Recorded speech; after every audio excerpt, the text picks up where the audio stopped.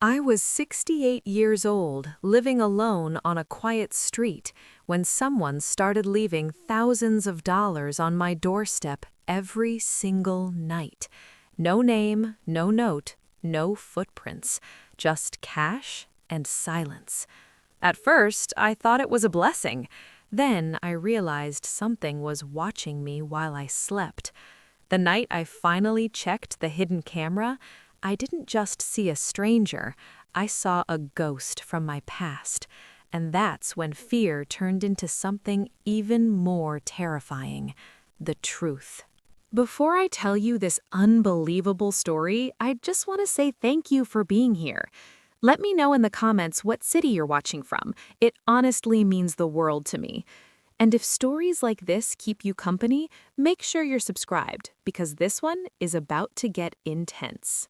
You know, when you hit 68, life kind of slows down whether you like it or not. Mornings get quieter, coffee tastes stronger, silence gets louder. I live alone in this little beige house on Maple Street, Ohio. Been here 32 years. Bought it with my late husband, Tom, back when our knees didn't crack every time we stood up. Tom's been gone 7 years now. Cancer took him slow and ugly. After that, the house started echoing in ways I never noticed before. Every morning, I do the same thing. I wake up around 6, feed the birds, water my roses, sit on the porch with my chipped blue mug and pretend the world still needs me. That morning started exactly like that, except when I opened my front door, there was this thick brown envelope sitting right on my welcome mat. At first, I honestly thought maybe the mailman dropped something by mistake, or some kid was playing a dumb prank. I bent down real slow, my knees ain't what they used to be, picked it up, turned it over. No name, no address, no stamp, just wait. I opened it right there. Cash, big bills, crisp, smelled like fresh paper money. I counted it 3 times because my brain couldn't accept what my eyes were seeing. $2,000, just sitting on my doorstep like it was waiting for me. My heart started thumping like I'd done something wrong. I stepped onto the porch and looked up and down the street. Maple Street was dead quiet. Mrs. Jenkins' curtains were closed. No cars moving, no kids biking, just birds and wind. I even walked a few steps down the sidewalk looking for somebody who might have dropped it. Nothing. I stood there holding that envelope thinking, Margaret, this ain't normal. I brought it inside and placed it on the kitchen table like it might bite me. All day I couldn't focus on anything. I burned my toast, overwatered my plants, checked the window every 5 minutes like someone was going to come knock and say, "Oops, my bad." Nobody came. That night I barely slept. Next morning, another envelope. Same spot, same thickness, same $2,000. Now my stomach dropped. Okay, once is weird, twice is a pattern. I called my neighbor Linda across the street. She's in her 50s, always peeking out her window like neighborhood security. "Linda," I said, "did you see anybody on my porch last night?" She laughed like I was joking. "Girl, the only thing I saw was a raccoon digging in my trash." I didn't tell her about the money. Didn't feel right. Third morning, another envelope. By day 5, I had $10,000 sitting in my kitchen drawer and a knot in my chest that wouldn't go away. I started writing everything down in an old notebook. Date, time found, amount, weather. Yeah, I know that sounds paranoid, but when you live alone long enough, you learn to trust your gut more than people. One morning, I noticed something that made my blood go cold. The grass near my porch was wet with dew, and there were faint footprints leading up to my door, but none leading away, like whoever it was vanished. I stood there staring at those marks, thinking, someone's been standing right here while I was sleeping. And that's when curiosity turned into fear. After the footprints, I couldn't shake the feeling that my house wasn't just mine anymore. I started locking my doors twice, checking windows before bed, sleeping with the hallway light on like a scared kid. I installed motion lights on my porch, thought maybe it would scare whoever it was off. Didn't matter. Next morning, envelope still there. Almost felt like they were mocking me. One night, I forced myself to stay awake, sat in my recliner with a blanket and a cup of cold coffee, staring at the front door through the crack in the hallway. Midnight passed, 1 a.m. passed, my eyes burned. At some point, I drifted off. When I woke up at 6, envelope was sitting there again. I felt stupid and angry at myself. I called the non-emergency police line. They told me without a suspect or threat, there wasn't much they could do. Suggested I install cameras. That word stuck in my head. Cameras. But before I got around to it, things started getting strange. Some nights I'd hear soft sounds outside, like shoes brushing concrete or the porch step creaking. Once I swear I saw a shadow move past my living room curtain. I even found a tiny scratch near my porch light, like someone had been messing with something up there. My imagination was running wild. Linda noticed the dark circles under my eyes one afternoon. I almost told her everything. Almost. But something inside me said, keep this to yourself. I didn't know why yet. So I went to Walmart and bought a small hidden camera, the kind you can tuck into a flower pot or birdhouse. Took me an hour to figure out how to work the darn thing. I hid it behind my potted fern facing the porch. That first night, the footage glitched out. Second night, blurry shadow. Third night, clear as day. I sat on my couch replaying the clip over and over with shaky hands. A person in a hoodie, gloves, face hidden, moving slow and careful. They walked up to my door, paused, then gently placed the envelope down. But what messed me up wasn't the money. It was the way they touched my doorframe afterward. Soft, almost loving. Like muscle memory, like someone touching something they missed. My throat tightened.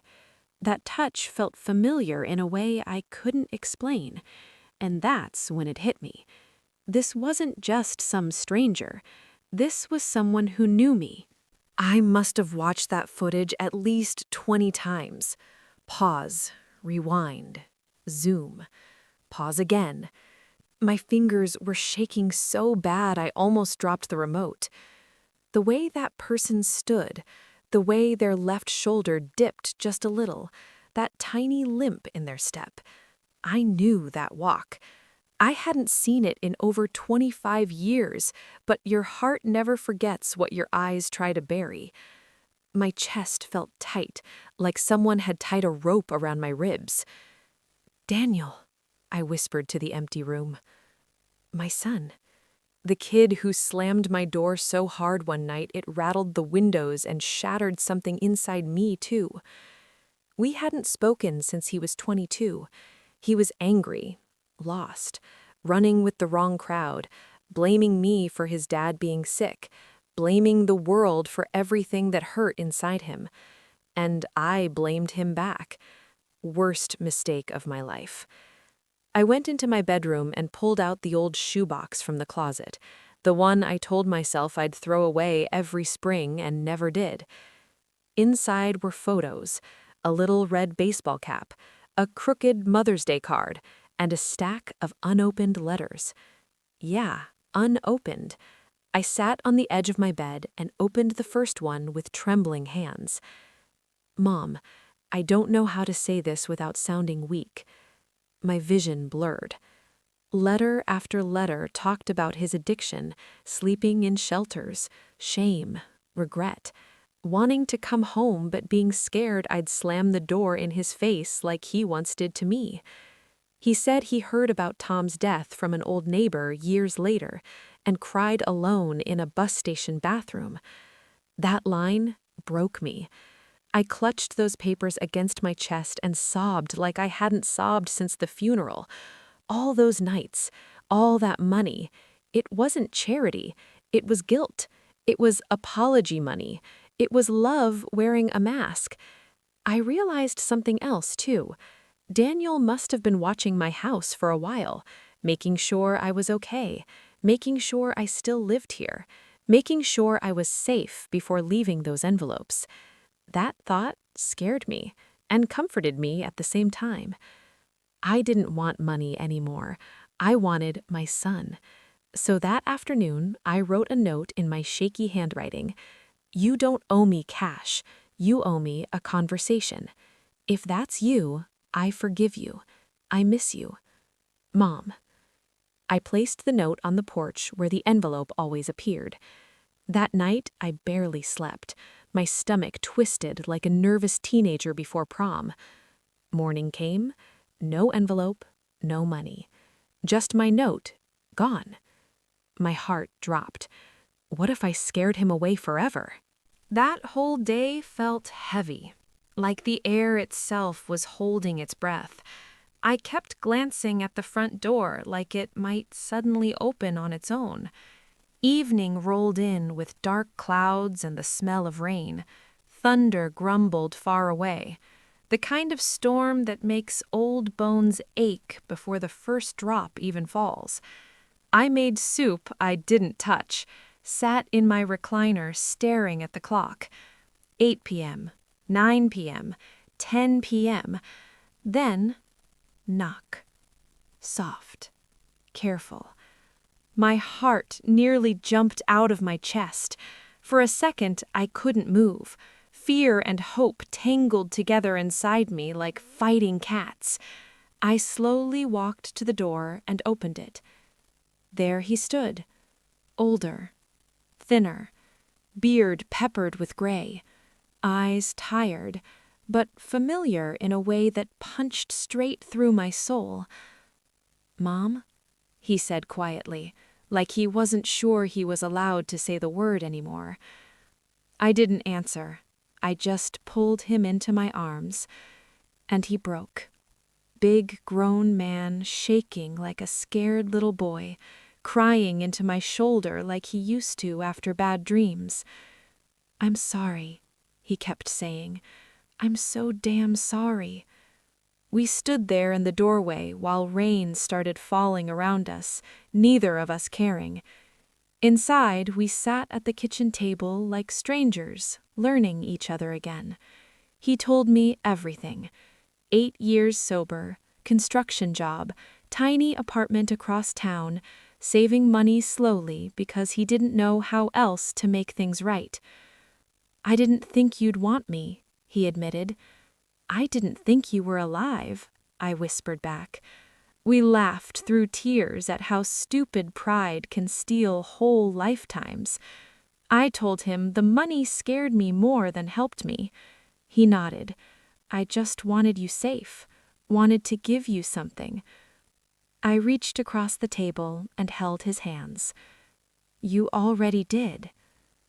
That night he stayed for dinner, first real meal we'd shared in over 2 decades. Before he left, he hugged me long and tight. "I'm not disappearing again," he promised. And he didn't. Now every Sunday my house isn't quiet anymore. It smells like coffee and bad jokes and burnt toast again. Sometimes life scares you real bad, just to give you something beautiful on the other side. That mystery money, it gave me back my son, and I'd trade every dollar for that knock on my door. If this story gave you chills or touched your heart, hit that like button. Subscribe for more powerful, emotional, and suspense stories every week. And don't forget to comment below. Your support helps this channel grow and reach more amazing people like you.